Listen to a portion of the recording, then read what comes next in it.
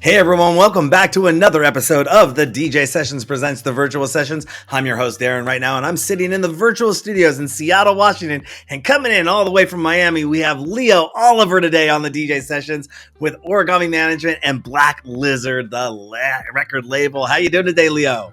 I'm great, Darren. Thanks for having me. Absolutely. Super excited to be talking with you. We had a great chat before the show, and there's a lot of stuff we're going to dive right into today. You are in Miami, one of the hotbeds for nightlife, culture, design, fashion, going out, looking good all year long. But right now there is an event happening in Miami. Can you tell us what's happening right now down there in Miami? Because I'm blown away, and I should be down there right now hanging out. Yeah, you should. You definitely should. So this is the Art Week of Miami. We call Art Basel, right? And there is plenty of expositions, shows, DJs, artists, everything are here. Everybody are here. So it's super fun. It's one of the busiest weeks of the entire year in Miami. So people go crazy, a lot of traffic, but the parties are amazing.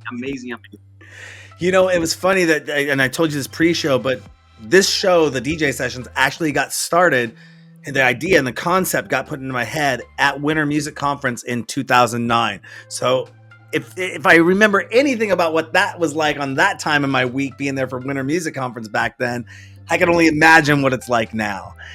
Super crazy. Jelly of you right now, man. Super jealous. I want to be there right now. I want to hop on a plane tonight and fly out there if I didn't have to work tomorrow. But anyways, we're here to talk about you and what you're up to. And you do some projects and events there in Miami as well. Let our DJ Sessions fans know about that, because I didn't know. I didn't read that in your bio. And I'm like, what? Pool parties, nightclub nights, what? So I do have several residencies, right, and projects that I'm taking care of. I'm directly responsible for that. So, for example, I have every Saturday at SLS in Brickell, which is a major hotel. I do play as residency as Kiki on the River or Boho House or even Faina Hotel.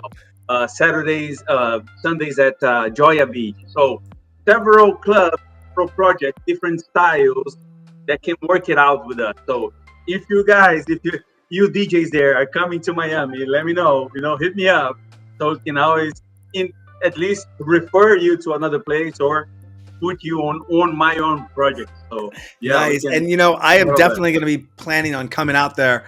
Now that I know what you do, I want to be out there twice, at minimum twice, with my international travels and other national travels. Miami's now on the map for the DJ Sessions. We're going to be working together in 2026 and for the future. I'm super excited for you on that. Now, are your nights theme nights, or is there a general overall theme, or is there a theme to the event space itself that takes place? Or if I went to one of your events, what would I expect to see? And if every one of them is different, or...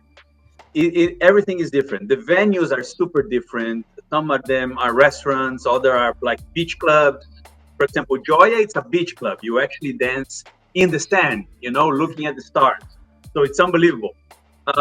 You also have the hotels, the structure of a hotel ready to support, different type of parties. So you have plenty of options. That's why I'm saying, like, we get DJs from every background and we bring them together. It's amazing. It's super cool. It's Miami vibe, like everything goes. Nice. I just, when I was there, I can just picture, you said it's crazy, it's traffic, it's packed, but the parties are everywhere. I remember Winter Music Conference being like that. Like, it was just crazy. I mean, it was like, wow. Miami Music Week, it's a little bit different because we have Ultra in downtown. So in the middle of Miami, you have a festival for what? 200,000 people, 250,000 people, like that. So it's a little bit different because of that. But now it's the Art Week. And then you have every type of event happening everywhere. Expositions, panels, artists painting walls and everything. So it's crazy, it's all over the place. That's why it's so cool. It's the best. Well, let's talk about something cool and shift a little bit more towards you and talk about this new release that you have coming out on Glasgow Underground in this month. Tell us a little bit about that release and what's that all about. Yeah, so I'm super happy. That happens because my latest remix was through Leonidas Records from Leandro da Silva, right? Our friend. And I released this track called Money. I made like an AI video. It was a blast. It was amazing tech house vibe music. That caught the attention from Sam, the AR from Glasgow Underground. And they go, hey, Leo, you know what? Why don't you send us a few stuff? Let's see if you worked it out, if we like it, and we can release. I was blown away, you know? I sent everything to Sam, and he was like, dude, this is perfect. I'm going to get introduced you to Kevin McKay, and he's going to put the hands on your track, and we're going to release it.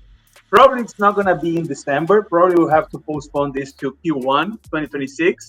But still, for me, it was like, wow, that's amazing. So Kevin McKay is actually, you know, putting their hands on my track. I was so happy. You know? Nice. Nice. I was like, yeah. That was and I did see that you had that. Yeah. Yeah, I saw you had the video up on your YouTube for Money. Yeah. I'm gonna check AI. that out in a little bit. 100% AI generated. Are you gonna is that the track you're releasing, or is that no? This Money, it's already released. Right? So it was released with Leonidas record from Leandro da Silva. The new one is called See You Dance. See You Dance. Yeah, and it's coming on Glasgow Underground. Okay. So, okay. I was going to ask you if you can you drop the name of the track yet? You know, sometimes things get hush hush. And you mentioned it, do you gravitate towards tech house? Is that your genre? Yeah. That's my main core, my main feeling is towards tech house. I was always and if you could if you could describe your music in 3 words, how would you describe it? Hype, energy, positive vibes. Let's put it together. Yeah. Awesome. And if you had I get this question sometimes on when I get interviewed, people ask me, Darren, what's your favorite episode you've ever done? And I'm like, all 2,700 plus of them. But I know it's sometimes an unfair question, but I asked artists this a lot. If you had to pick one of your productions as your most favorite one, which one would that be? And what's the thought behind it being your favorite track, or something you said, wow, I mean, what you're doing right now with Glasgow Underground sounds like a milestone. I mean, that's the one I remember that forever when that first happened. But before that, was there anything one track that really stood out to you the most that said, I worked on this, I put it out, I got these accolades, or this really was a changing point in my life or career? Anything that pops into your mind? Yeah. Well, I usually answer, it's the next one, right? Like, which one's the best? Is the next one's coming? It's always like that. However, knowing your rules, so yes, I did. My first track that I released with Black Lizard was called President House, from the one and only Roland Clark. So I bought the right to use the President House vocal in one tech house, and I made like a tech house version of it, and it was a blast to me. It was great to see the response of the DJs, everybody playing my track, you know, like hitting top 10 on Beatport. Like, for me, this was like, oh my god, you know, I made it, you know, like that was me, you know, and it was great. So that was the turning point of my career, that I saw that I could actually play with the big guy, you know, like, hey, hold on a second, you know, I'm getting good at this, you know. So that was. It is awesome when you realize you step into a different, like you said, ballpark or a different field of play, and your perspective changes, and the creative talent that you move up the chain with, and the people you talk to. I mean, I started out doing interviews and doing live DJ sets with local talent, and it was when the concept got born, you know, to at Winter Music Conference, I had interviewed Dave Dresden.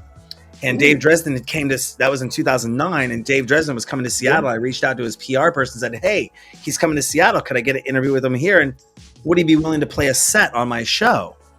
And that was the first time I ever went from local DJs to an internationally recognized DJ at that time. And I went, wait a second, I'm onto something here. This is 2 years before that other DJ show that everyone knows around the world that starts with a B and has an R in it started. Yeah, I don't give free promos in my show.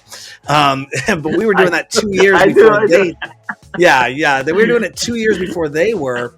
And, you know, but really the caliber of the game that I've elevated myself to, and working with industry professionals.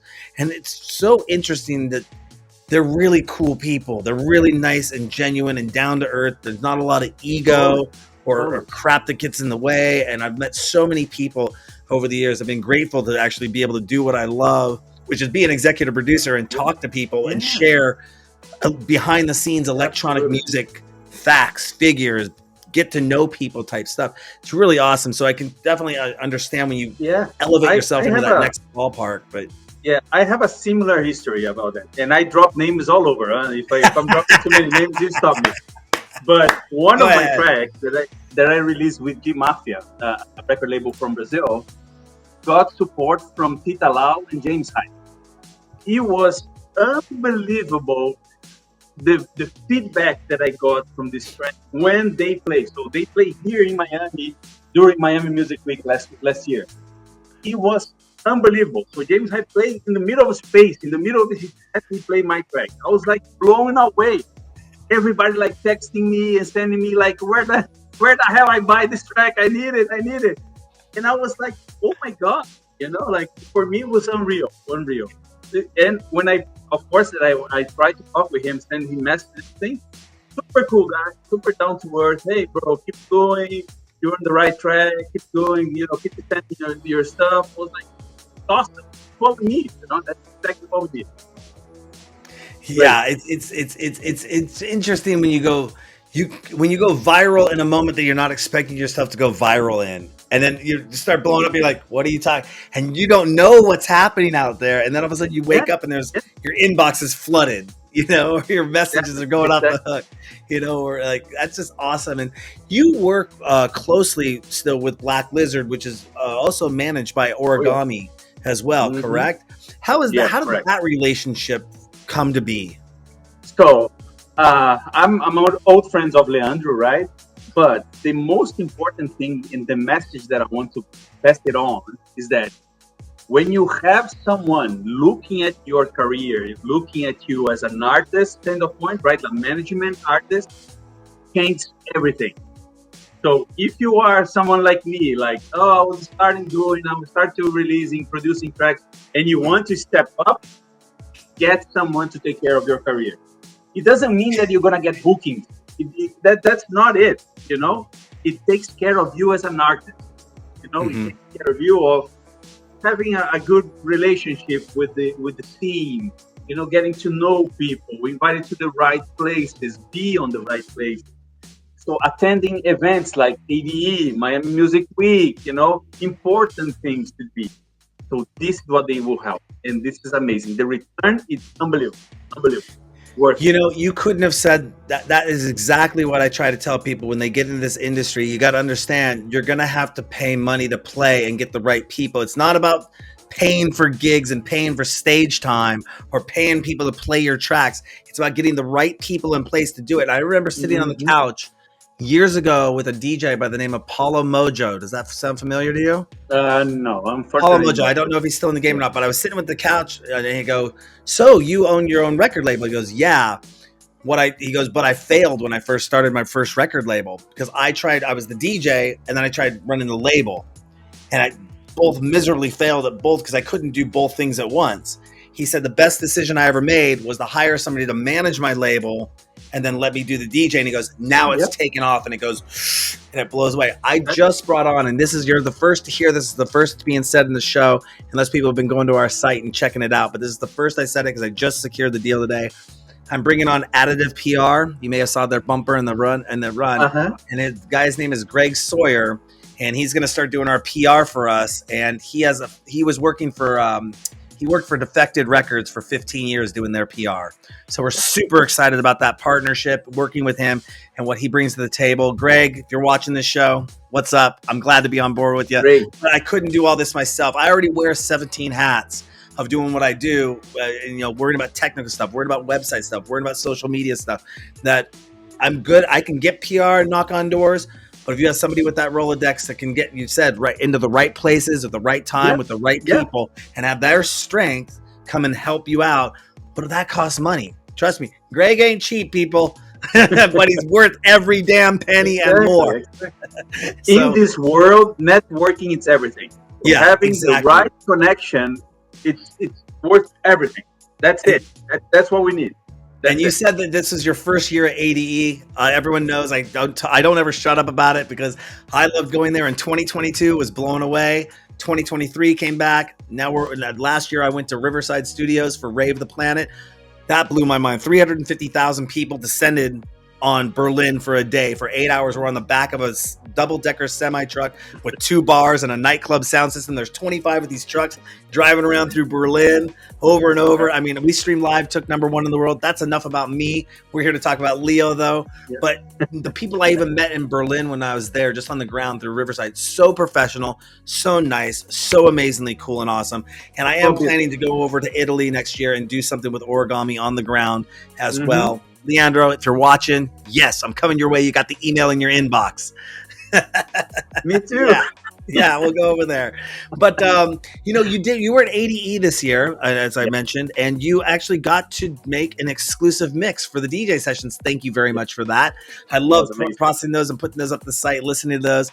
It's such a magical time over there that I don't want to say, if you're serious about the electronic music industry game, if you're going to save your money up and go to one event, go to ADE. I mean, at least experience it, at least so you have it under your belt, and then go somewhere else. You know, just the internet, the city of Amsterdam alone in itself is beautiful. Yeah. I mean, I work for 3 days and then I take 3.5 days off to just hang out in Amsterdam all weekend long. But what was your experience like there being your first time? So, for me, I wasn't expecting the amount of network that I brought from there. So I spoke with ghost producer, club venues owner, actually producer, DJs, every single type of service that, attend music events or music coaches, singers, whatever, you name it. So I came back with so many contacts, so many people to just text and the next day say, hey, let's put that idea together. Let's start a collab. Let's something. It was unbelievable. So I'm definitely gonna be there next year and the after, because it's one that you cannot miss. That's for sure. Yeah, it's like you said, network. I got myself, instead of printing out business cards, I got myself a digital card so I could just tap it to everyone's device, and it would send my information over to them, and then they could send their information back, and it tells where we met, who they are, and everything. And is that a popple? Yeah, just touch it. Yeah, just touch it. I'm gonna promote it so you can get some. It's called dot card. Oh, it's a dot card. Okay. Yeah, you just tap it and that's it. Just tap it. Everyone. The funny thing is people come up and they try to take it from you, like your hand. They're like, no, that cost me $20. Give me that back. But I also got the Popple bracelet too, so I can just tap the bracelet. That was kind of cool too. But yeah, just using that kind of stuff is just key for networking, and that's the biggest other thing is networking with other people from around the world. And now, I mean, this show concept here started in my living room, and we would invite the DJs to come over and play in our studios, in our mobile studio. You'll love that. Basically, go to our site, check out the mobile sessions and what we do there. You'll love that. If you're ever in Seattle, we'll get you on it. But when we started doing more stuff online, obviously Pandy hit, and everyone in the world jumped online and started doing live streaming. And my conversation, instead of saying, "Hey, I do a live streaming DJ show, and it's on Twitch," and people would say, who would want to watch a DJ live online, and what's Twitch?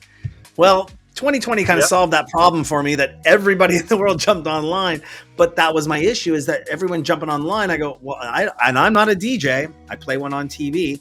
But basically, everyone jumping online, it elevated that conversation. Now it's like, oh, there's a DJ show. I get it. I watch DJs online. Oh, I have a DJ show. Everyone set themselves up and knows how to now use a camera and get good audio and good lighting and produce a product they can put out. That I had to change my show format a little bit. And I changed it more to an interview news format rather than just the music's still there, but a lot now, but people were comfortable. I tried doing Zoom interviews like this pre-2020. Yeah. No. No, No. no, no. People weren't ready for it. They weren't really ready for it, but now they are, and now we're excited. We're rebranding, coming Phoenix out of the ashes kind of story here for 2026, and Yeah. working with companies like Origami and yourself and Leandro and the other artists, and getting those exclusive mixes from places like 88, and you're sending them over and going, boom, these live on the DJ sessions, which is awesome. But again, back to you and your career and what you're going on with, and working with Black Lizard and the other labels. What's the most important thing that a record label should do for their artists? And out there as a whole, do you think record labels are doing a good job of that? So I do have my own record label. It's still super small, right? Don't put much focus on it, and same as your friend. I don't expect big things for now. However, working with all these different record labels, I don't know if there's some noise going on. No, it's the music playing in the track. It's part of the song that's playing. Oh, sorry, I'm sorry. No, it's okay. It'll go away. I know. I have that happen too. Sometimes I'm like, it's the end of the track. It's part of the song that's playing. It goes. I was like, was it me? Did I say something? Yeah. Sorry. So I have the privilege to work with several different record labels, right? So from Mexico, Municipal. So I have the pleasure to release with bigger labels already. So now Glasgow Underground, Black Lizard, so on and so forth. So I think that the most important thing would be distribution, right? So making sure that we're there. And once you have the heat, once you have your music at a certain level, you need to make sure that they get your back, basically, right? So they will help you or support you in order to expand or to grow even more. So, for example, if someone comes back and asks to do a remix or a collab or something related to that specific mix, that track, the record label is responsible to take care of it, right? I mean, it cannot fall down on the artist label, like lap and then, okay, what I do now, you know? So I think that's the main thing that I expect, at least from a record label. That's why it's so important to work with someone that is serious, right? Having someone like Black Lizard. These guys are amazing, like monthly reports on their track, what's going on, you know, always someone, you know, talking with you, like, hey, do you have something new? Can we release something else? You know, do you have something for us? You know, asking you for more business because they know the result that you can get. So that will be the advice. You know, do you ever get fed up with making and playing music? And what are your coping mechanisms? Or what do you do to get back into that woo-saw moment if you do get like a writer's block or a block, like, I just got to take a break, I can't do this? How do you get yourself back into the game? The reason I ask this is I just came off, well, not recently, but in May of this year, well, it was August of last year till May of this year, I completely disappeared, took a break. I was like, 16 years of doing this. Where do I go? What direction am I taking? What am I doing with this brand? What's happening? What I thought was going to be a couple weeks turned into a couple months, and then it turned into 8.5 months. I didn't social media. I didn't sit in this chair for 8.5 months almost. And I knew that I had to snap myself back into it. And when I did, it took a little time to get that machine back up and running.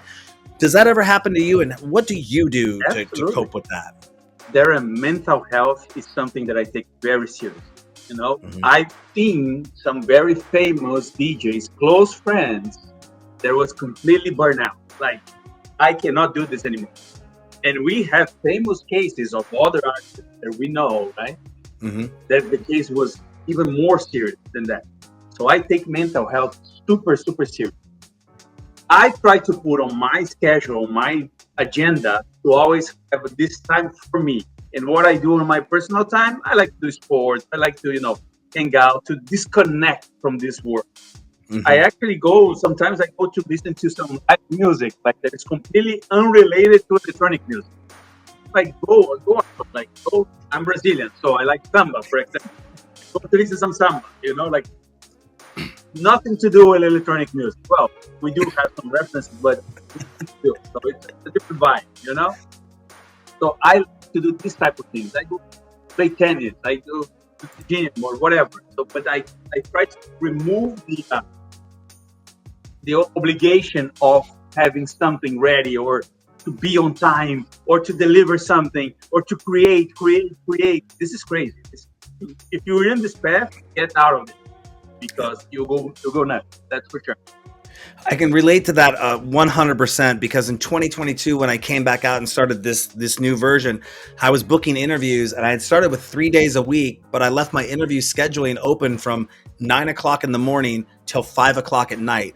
And I think in a period of about 6 or 7 months, I did 137 interviews. And that was just on 3 days a week. And then I came in, and that was like in August, I said, I got to revamp this system. And I added an extra day. I added a Thursday, and then I said I have 2 interviews a day, one at 10 a.m. and one at 1:30. I got 8 slots a week. It keeps my. I wasn't eating lunch. I lost weight. I went from 183 pounds down to 165. Yeah, and I didn't burn out. And then that was the thing is like I just got to that point of burnout. Had to jump back up. But one of the things you brought up there about mental health, and I like that you're very good. I hope there's more messaging about that getting out there. Is that the dopamine effect of the rise of you're in front of thousands of people, and then you could be at the airport by yourself, waiting for the next flight. That's what I'm gonna say. The problem is not having the interview. This is the fun part, you know. The problem is not playing. The playing to be in front of the stage, in front of everybody. This is awesome. The problem is the after. That you have to work on it, that you have to create, that you need to go to the studio, that you have a deadline to deliver the goddamn track. You know, like you have a deadline. Give me a deadline. You're like, no, I don't want to give a deadline. You know, I don't work like this. Inspiration doesn't come like that. It's not like that. I'm gonna sit down and gonna be creative like this. You know. So that's the point. Oh yeah, I completely agree with you. Yeah, you know, and sometimes, you know, I have mentors, I have people that I've worked with over the years, but who, you know, I could go down a long list of people. I've been in this game for 30 plus years, started in public access, into broadcast, into podcast, into live streaming. Now we're looking at the future of virtual reality and augmented reality, where that's going to be going. But who has been your biggest influence when it comes to your career as an artist, and why? So there are a few DJs that I know them personally, so they help me a lot, right? Some big names. So, for example, Nervo, the Nervo twins, they're amazing. You know, they're super nice. I'm super good friends of them. And I like the advices that they give us. You know, like the way that they treat us, they talk to the share things, what they are looking for, what's going on in the industry besides, you know, behind the scenes and everything else. So this is great. In terms of inspiration, I always said that I was a Tiësto fan since I was like 12 years old. Like I saw Tiësto and Armin van Buuren, right, growing, and I was with them all the time. I was listening to their music. So those are the type of inspirations that I have. And outside the industry, I always like rock music. So for example, Pearl Jam, you know, this type of influence, you know, the punk rock, Ramones and everything else. So I always really got me in my attention, what they do and what they represent for the movement. So those are the type of inspirations that I have. Yeah, you know, it's interesting. I grew up as my first show that I worked on in 92, right out of high school, was a hip hop music television show. And I worked on that for a number of years. And I always had a 2 different worlds. I had my friends that were in the top 40 hip hop kind of over here, and then in the grunge and rock and roll. But then I was going out to the nightclubs at night doing the underground electronic music stuff, you know, that wasn't popular at all. It was very underground then in 92, at least here in Seattle. But I mean, it was, you know, it was very still underground. It wasn't commercial at the time. To see that rise of electronic music come, the interesting part is for the first time in like 30 years or something like that, there wasn't a hip hop song charting on the Billboard top 40 or top, what I think it was top 40. And it was like, that's interesting. But now, you know, I've been reading articles with some of the bigger names coming out and saying, where's the state of I don't use the moniker EDM. I try to stay as far away from EDM as possible. I will say electronic dance music or just electronic music. But where is that bubble at now? And when you have big companies coming in, these corporate conglomerates coming in and commercializing the sound, a lot of them are saying it's going to drive back down to these underground events because you just can't keep shelling out $250, $300 a ticket per day, per event. And then it kills your local scene because you have these big events come in and it's so much money. Then the locals don't. They go, I'm saving for the big show. I'm not helping support the local artists. Exactly. Yeah. You know, so we're really excited that we're going to be launching a night here in Seattle. It's a very unique concept. It falls right into the wheelhouse of the DJ sessions and what we do. Go to our site. You can pretty much put a picture together. He's going to incorporate that. He's going to incorporate that. And he's going to incorporate that. And the only person that can probably pull it off is Darren, because he's stupid enough to try it. You know, but that being said, you know, it's just, you know, this kind of state of the industry where it's at. It's going to be interesting to see where it goes down the line. But yeah, your influences. I mean, I grew up in Seattle. I mean, this is the home of Nirvana, Soundgarden, Pearl Jam. I mean, my brothers were in a punk rock band growing up. You know, I mean, I grew up with music, kind of, you could say, a musical family in a sense. My parents weren't musicians, but my brothers were.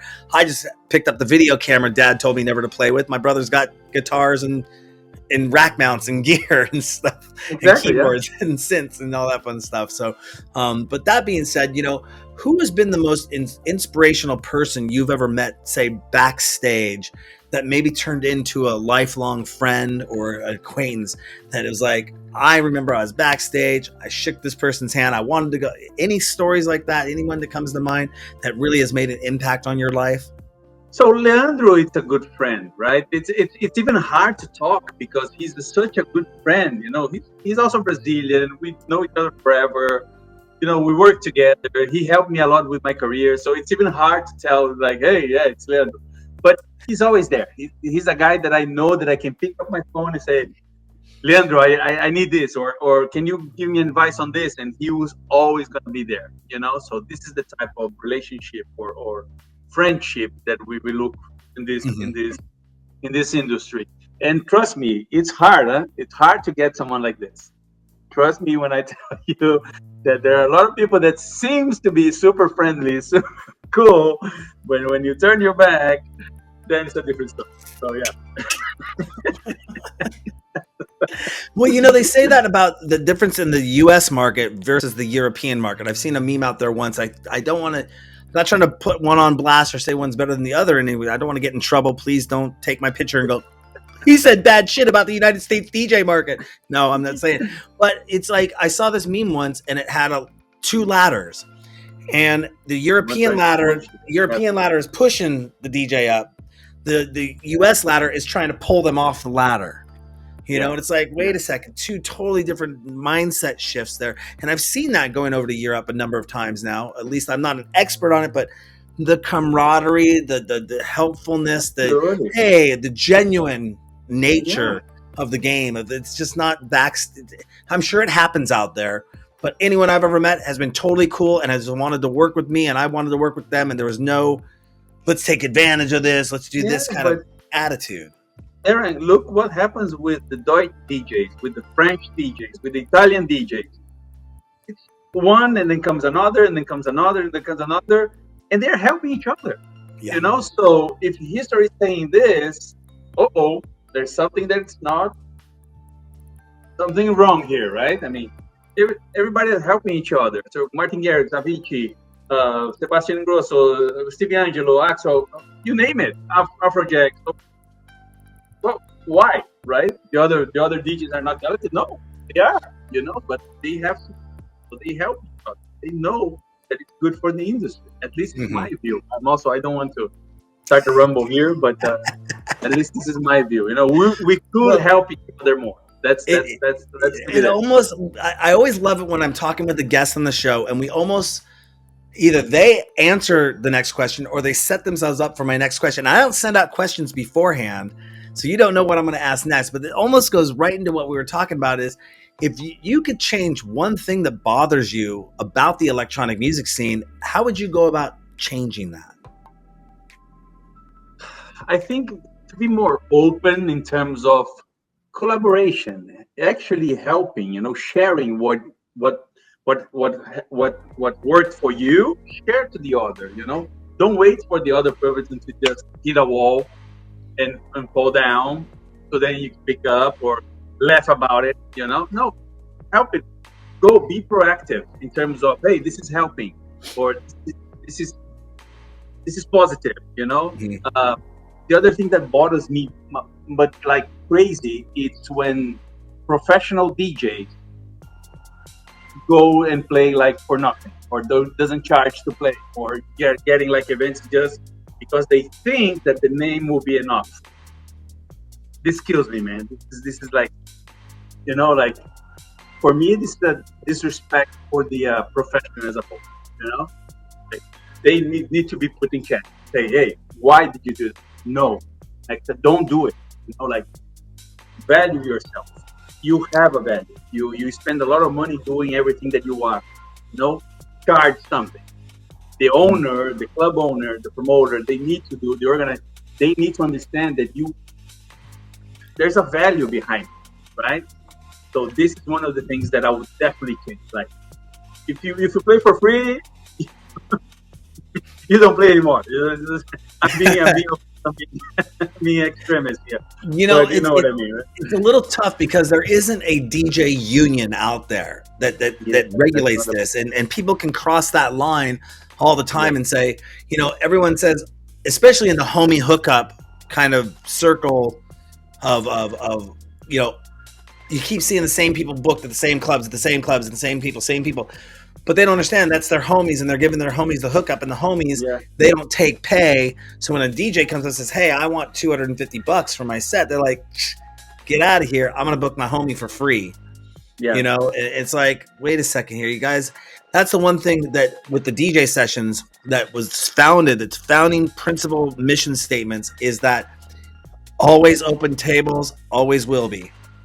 Exactly. We work with anyone. You don't have to be a superstar to get on the DJ sessions. You can be an up and coming DJ who's just right out of the box. As a matter of fact, at my event series that I'm doing, I'm toying with the idea that our in-person DJs that play live at our event, hint drop right there, that play at our event, they cannot have been playing for more than 5 years. We want fresh, new, younger talent in the game, giving them an opportunity, and we can provide a lot of opportunity in multiple ways, not just 3 DJs a night playing, on the stage, because we use a silent disco technology, and I could have up to 7 DJs playing at the same time if I wanted to. That's awesome. In my club. No, Kitty, this is not for you right now. Don't step on the keyboard. We have a special guest.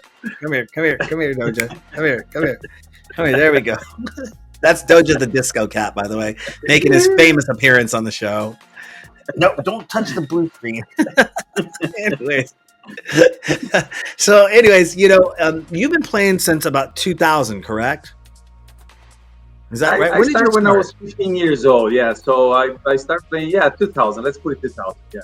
Okay. Well, that's what it said on your website. So I don't get in trouble because it was earlier. So legally, if you could take what you know now and go back 25 years in music history or go forward 50 years in music future, which way would you go and why?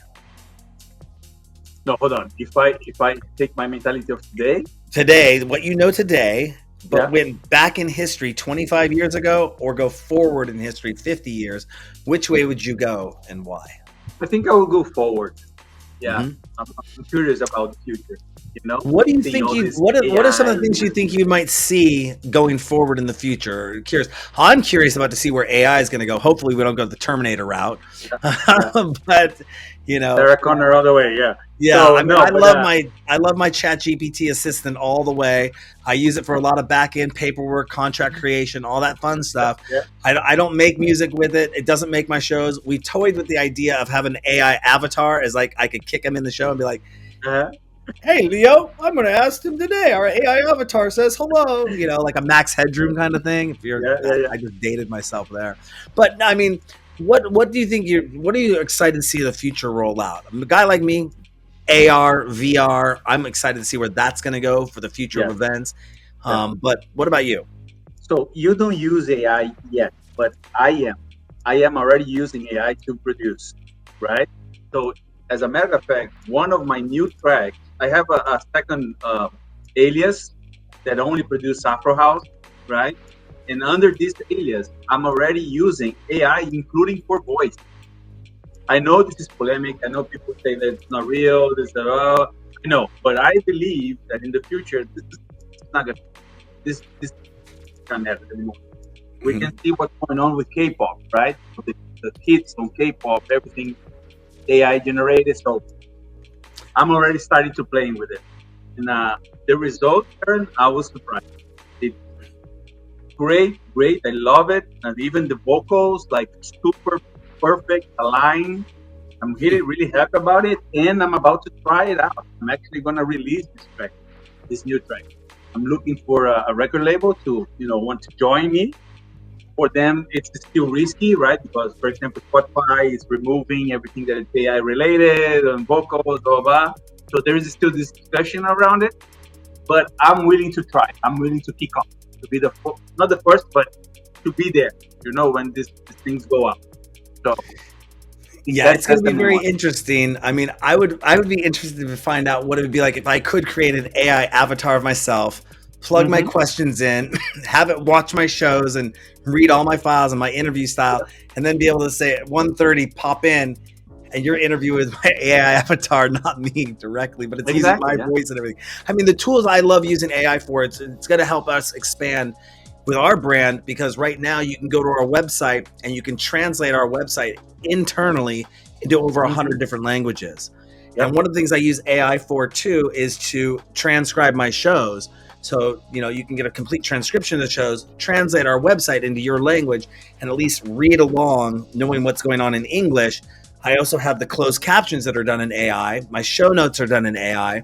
Something I'm looking forward to is doing AI voiceovers. And so when you click on, say, Italian or Brazilian on the website, it will not only be Brazilian captions, the voiceovers will be in Brazilian as well, or Italian, or German, or French. The new AirPods, I could have this interview with you, speak in Portuguese, and you understand me, and I understand you, and speak in English.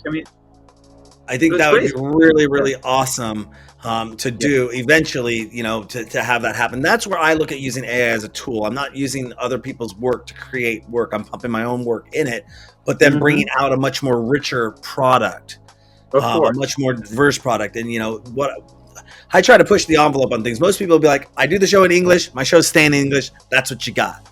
It's like, no, I want to have my show in multiple languages so it can syndicate in different platforms and other radio stations or websites around the world. Right? You're expanding the reach. Exactly. You can enter in China. Exactly. Mandarin, whatever. Exactly. It'd be interesting to hear what it sounds like, what my interviews would sound like in Chinese or in Japanese, or because that's another push for 2027. We're going to start going that way, that side of the world. It's going to be the US and UK and EU moving forward for 2026. But then I want to come back and go the other direction.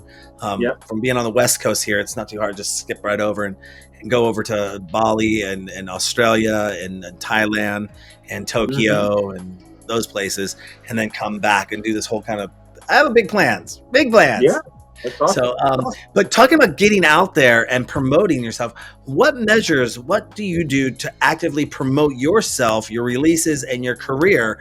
Do you work with a PR company to do this, or do you do this all on your own? I do have a PR company in Brazil, right? Okay. So but they're not limited, but they are focused on the Brazilian market, right? So I release everything in Portuguese, so it's a different vibe. But this is just one of the things. So I do all the marketing tools that you can possibly imagine, right? You have something that you can invest in YouTube, Instagram, or whatever, Facebook ads, whatever. So I try to be as vocal as possible as soon as I have something to talk about, right? I'm releasing something, to an event, or if I have my a DJ coming with me to play or whatever, I try to be as vocal as possible to be there. Yeah, I do want to say apologize to all the Brazilians out there. I totally screwed up and I said, they speak Brazilian when they actually do speak Portuguese. I was like, it is a Brazilian type of Portuguese. It's not awesome. You're forgiven. Now, do you become a different person when you get on stage, or are you a different person off stage, or is there I got Leo on the interview now, but when I get Leo on stage, Leo's It's hard not to, right, Darren? Because can you imagine, even if it's a small crowd, everybody's looking at you. Like, everybody wants to know what's the next track, what you're gonna play, the feeling, the vibe it's all about energy. You're connected with that people at that period of time. So you have to represent what you're doing, right? we've seen some organic house DJs playing, all dressed up, lighting candles and all this stuff because it's their energy, their feeling, right? What they represent, what they bring to. I play tech house, so I need to push it. If I'm not playing tech house, I'm playing sexy house. So I need to. Is sexy house an actual genre? Well, we call sexy house. Who knows nowadays? Yeah. Sexy. We just launched it here. Okay, so vocal house. Let's put it this way. Vocal house. Okay. Low BPM, vocal house, very sing along. So yeah. Well, I'm glad you brought that up a little bit because I think I was talking with Remo the other day. I hope I said that right because he's watching the show. Yeah. But hey, Remo. He brought up the other day that now that, like he says, he was talking about Pioneer, they're releasing the ability to have your decks connected to the internet. Mm-hmm. And he goes, that probably wasn't really a smart idea. And because now people, when they come up, they're going to force us to get more requests at the DJ booth. And you can't say, I don't have that anymore, because they'll be like, you can download it though. You can download it. It's right there. You're connected to the internet. How do you see that dynamic playing, changing the playing field from a crowd participation or audience response kind of thing happening? Do you think more requests are going to happen and it will kind of interrupt the actual DJ flow process or the storytelling process? I go more in that vibe. So I always compare this with a painter, right? So if you see someone painting, doing a painting, you're not going to stop the person to say, hey, can you put some black here? Can you, add some color over here? The DJ is the same. The DJ is an artist, right? So respect the artist. Respect what he's doing. He's building. He got an empty canvas, and now he's building his art. So it's fine to ask. Fine. I mean, we're not going to be an asshole, saying, hey, no, I don't want it. Get out of here. Some do, but I don't, right? But still, okay, thank you for your input, but you can follow your vibe. That's at least what happened here in the US, right? In Miami, we do have some requests, especially when people come asking for something completely unrelated. You're like, look, excuse me, but this is not the vibe of the place. It's not the, and I'm doing my work here. So please respect the professional, the artist that's performing. If you like it, great. If you don't like it, I'm sorry. That's me. I hope you can enjoy someplace else. And that's it. After having a long career, about 25 years in the game, what is your take? And I've seen this happening more and more with the bigger nightclubs that's coming out. It's going to be one of our main staples for our nights here in Seattle. Yes, another hint being dropped. But what is your take about cell phones on the dance floor?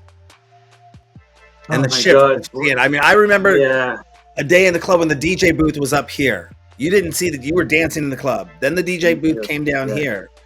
And you were still dancing in the club. Now you got people, they're doing this. And the backstage. And like backstage. Everybody wants to be in the DJ booth. Yeah. Yeah. Exactly. And it's like, whoa, I didn't... so I see these clubs now saying no cell phones or no cell phones on the dance floor, those kind of things. I even saw a video the other day that I bring this up because I thought it was funny as hell. This girl's sitting in front of the DJ booth and she's on her phone like this, and the DJ goes, yeah, Penny Music. I think Adam Port, right, did that. And the girl goes, yeah. I'm like, don't come up and crowd the front of the stage and then be on your phone texting. It's just like, I think people forget to have fun. I think that this is not how you keep your memory, in my opinion. It's not recording that DJ doing that thing how you keep your memory. So put your cell phone in your pocket, enjoy, talk with someone, have a drink. I don't know, do something. Conversate. Yeah, exactly. Get out of it. It was funny. I was watching the movie Pixel, the one with Adam Sandler from 2015. Yes. And he's having this talk with this kid. And the kid goes, do you play video games? He goes, yeah, I used to play video games. And he goes, oh, what kind of video games you into? He's like, we're like old school Call of Duty, old school. He goes, no, like Pac-Man and Donkey Kong. Kid, when we played video games, we had to go to a place called an arcade. and there were girls there, and we talked with our friends and hung out and had fun in an arcade rather than just sitting at home and playing by yourself. And that really was like back in 2015 in the movie Pixel, talking about video games. Now you're bringing that phone with you to the club, and you're on your phone, you're doing your selfie, you're doing your own here's my life diary thing. Trust me, I've done it. I'm guilty of it. I'll take a snapshot. I'll do some cool stuff.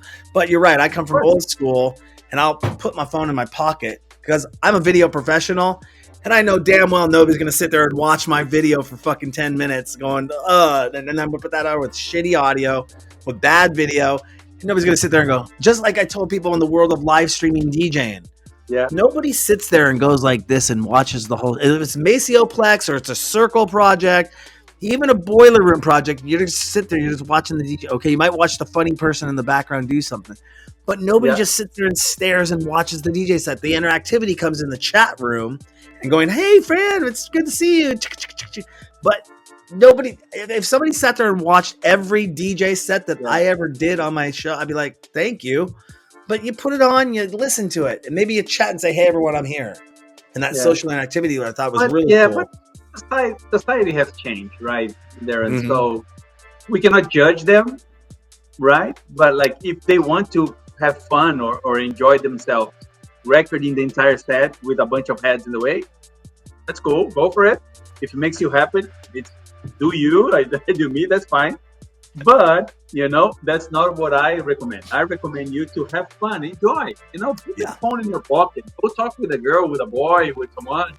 Get an extra drink. If you don't drink, get a water. Go for a spin. I don't know. I'm glad you brought up the extra drink part because again, I remember back in the day I was going to a nightclub and they would play movies as visuals on the TVs around the club.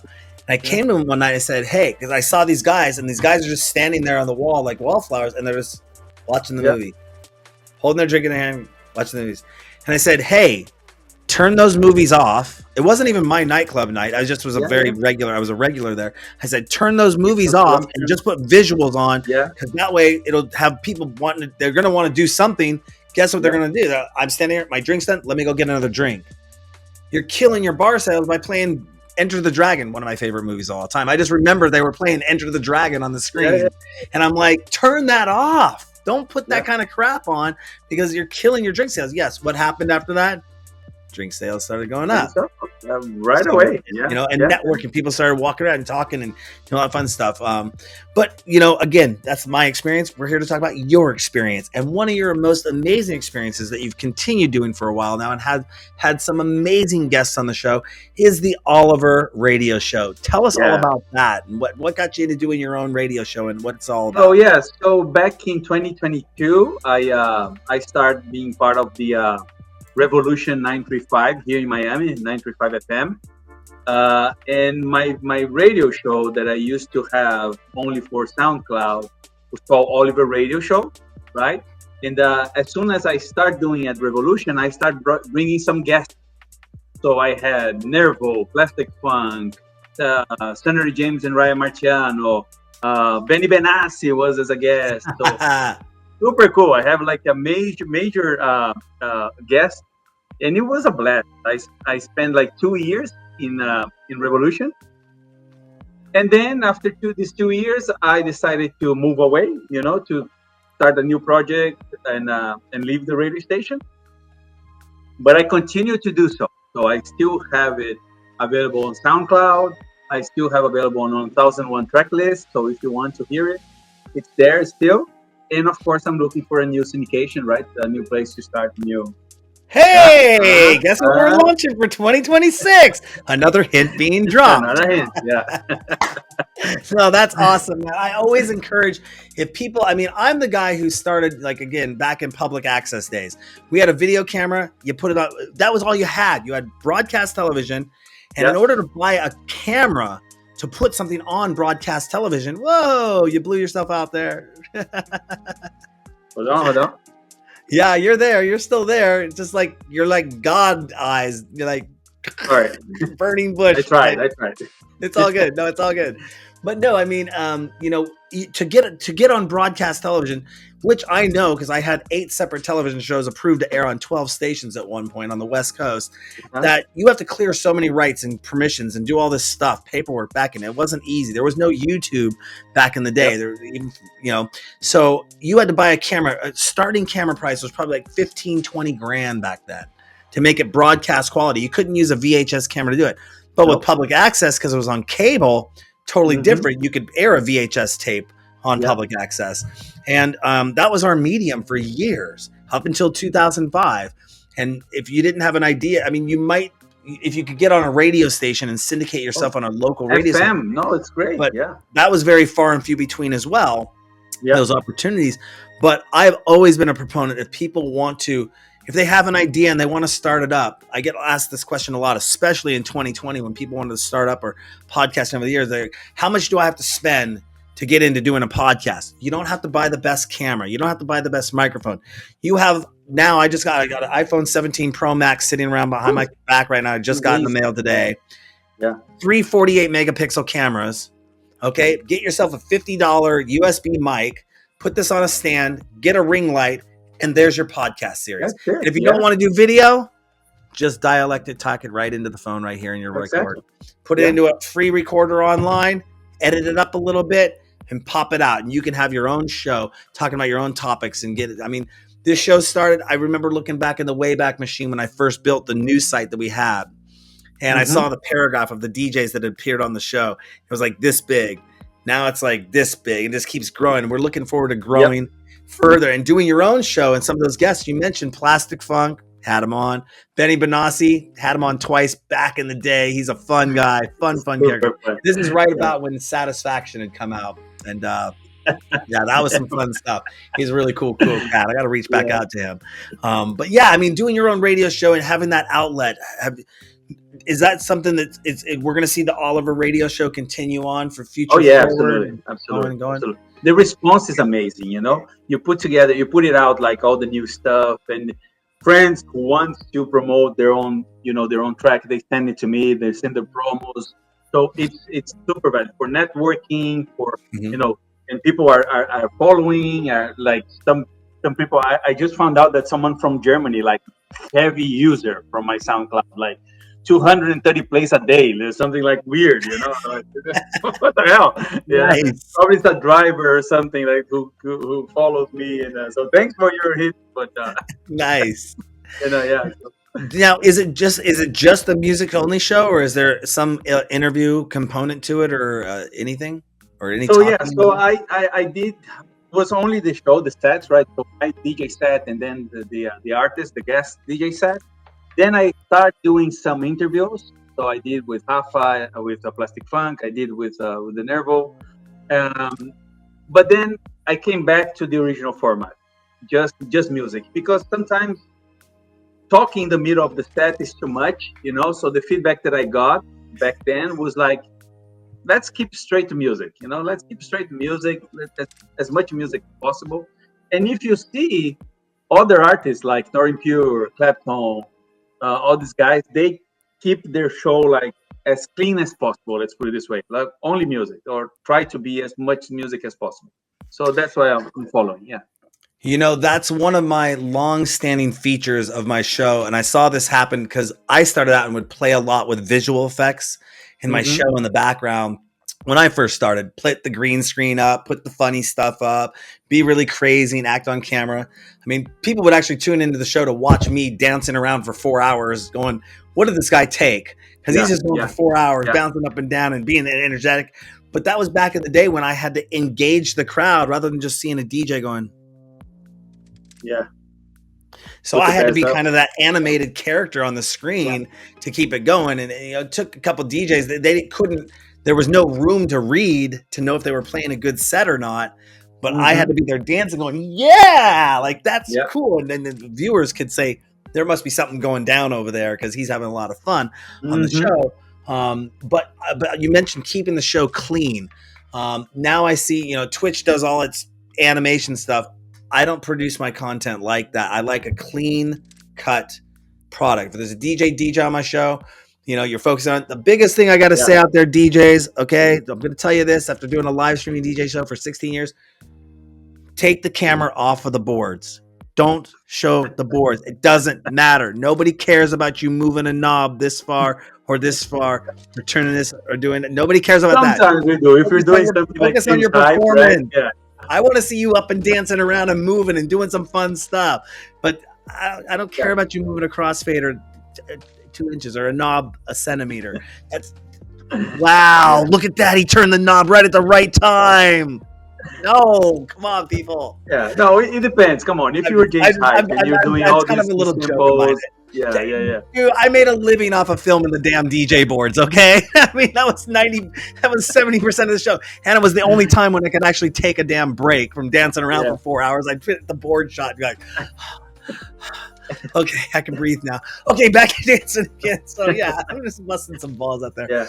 Speaking about all that though, if you could put one non-famous person in the spotlight who means a lot to you, that's not your direct family or direct friends, who would that be and why?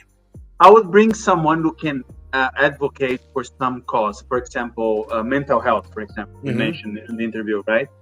So I would bring someone, a doctor or a psychiatrist or whatever, who can actually contribute to DJs and artists that go through this type of period. Like, okay, what we could do, what we could have, some tips around what to do when I'm feeling like this or I'm feeling like that. So this is the type of thing that I think is valid. I mean, it brings value to people who would attend or who would watch something like that. So yeah. Does anyone come to mind? Do you know anyone out there that said I would like to have Dr. XYZ? No, not specifically, no, but something related to that, even exercising, nutritionist, or something like that. So I'm in the road 300 days per year. What should I do? If I'm sleeping on planes and eating Burger King every single day, what to do? I got a funny story about Burger King in Germany, by the way. And ADE, by the way. Do I want to hear it? No. The running joke was like, we travel all the way halfway around the world to go eat at Burger King. Are you freaking serious, Darren? Yeah, I want to have a burger. I want to have a Whopper right now. Everybody had it. Especially when you're drunk, right? You're leaving the club. You're like, McDonald's, please, sir. I just had McDonald's for breakfast today. But no, you're correct. Safety and health and mental health is so key and important. Funny enough, you bring that up and you're a champion for that. I literally was on the phone. Kaylee, if you're watching, was on the phone with my safety and security coordinator for my event series right before we brought on. And pretty much she's the first person that I'm bringing to work with me on my new event series, because that's how important safety and security is to me in my events. I want to start hitting the ground running. Before I even talk to the DJs, to the promoters, and start putting contracts out there, I want my security and my safety team on board at my events to make sure that things are moving well in a positive light. Hey, that worked. Yeah, I'm trying something because that's all good. It's getting dark there. I get you. It's 5:30 there, right? 5:40. Yeah, 5:40. Well, we're going to wrap it up here too. We do have an exclusive mix from you, from ADE. Thank you and the Origami team for putting that together. Super excited. Check that out on the site. It'll be right behind this interview on the page. It'll be all up there on our exclusive mixes section. But you're also going to be sending us an exclusive mix as well. Cannot wait to get that happen. I know there's a lot going on in Miami this week. Don't worry about it. We're going to get this from you, and I'm going to probably be there soon enough. It's because when is winter? When is Miami Music Week? Is that still February? In March. It's in March, right after the F1. So the race here. Oh, the F1 races are in Miami. Yes, I was supposed to be in Vegas a few weeks ago, right before the F1 races were happening. Yep. So yeah, that's exciting stuff. To have F1 races stateside is pretty interesting. I have a friend of mine, Gary, who's all into F1 racing, like crazy into F1 racing. Right around the Hard Rock Stadium, so it's beautiful. Wow! Club inside, so if it's inside, it's super cool. You can have body actually watching the race. So it's super cool. That'd be. I wish. And the thing is, I had to bail on my Vegas trip because I had something else case I'm working on that I was like, I got to mentally prepare for this case. I can't come back so drained from being in Vegas for the F1 races. I even booked, I had the hotel, I had my flight. I just said, nah, I need to be mentally prepared for what's coming up. But on that note, is there anything else you'd like to let our DJ Sessions fans know before we let you go? No, I think that the main one is my new release, right, with Glasgow Underground, that is coming. So stay on tune for everything. I'll keep you guys posted, and that's it. That's it. If you guys are in Miami, look for me. I'll be around. Where's the best place people can find out more information about you when you're in Miami, and what to do in Miami? It's my Instagram, so dj.leo.oliver, so right over here. So you guys can go check it out. I'm there. Awesome. dj.leo.oliver, dj.leo.oliver on Instagram. Well, Leo, thank you very much for coming on the show today. Pleasure having you. I know we're going to be staying in touch, following up with you. I'm going to put some tickets on the books right now through Expedia, although they're not one of our sponsors. You may work for them, but I don't. I got to book tickets through them. All that fun stuff. We'll take care of it, though. But, Leo, thank you again, and thank the Origami management team for having you here today, and I look forward to talking with you in the future. On that note, don't forget to go to our website, thedjsessions.com. Let me get this really cool QR code thing up right there, thedjsessions.com. We have over 700 news stories, exclusive mixes, like the one Leo's going to be sending to us, and the ones from ADE. We have live interviews, our merch stores there. We have our new music section that'll be going up. Our syndication radio player will be coming up. We have a VR nightclub. How many people have a VR nightclub for their live streaming DJ show? I do. Maybe y'all should get one too. Did you check out the Daft Punk thing? Did you see the Daft Punk thing? Yeah. Oh, that looked amazingly cool, right? cool. I hope that gets more people wanting to do more VR stuff. But we also have a mobile app. Version 2 will be coming out here soon. But all that and more at thedjsessions.com.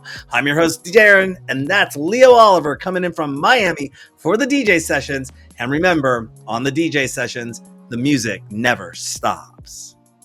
Bye.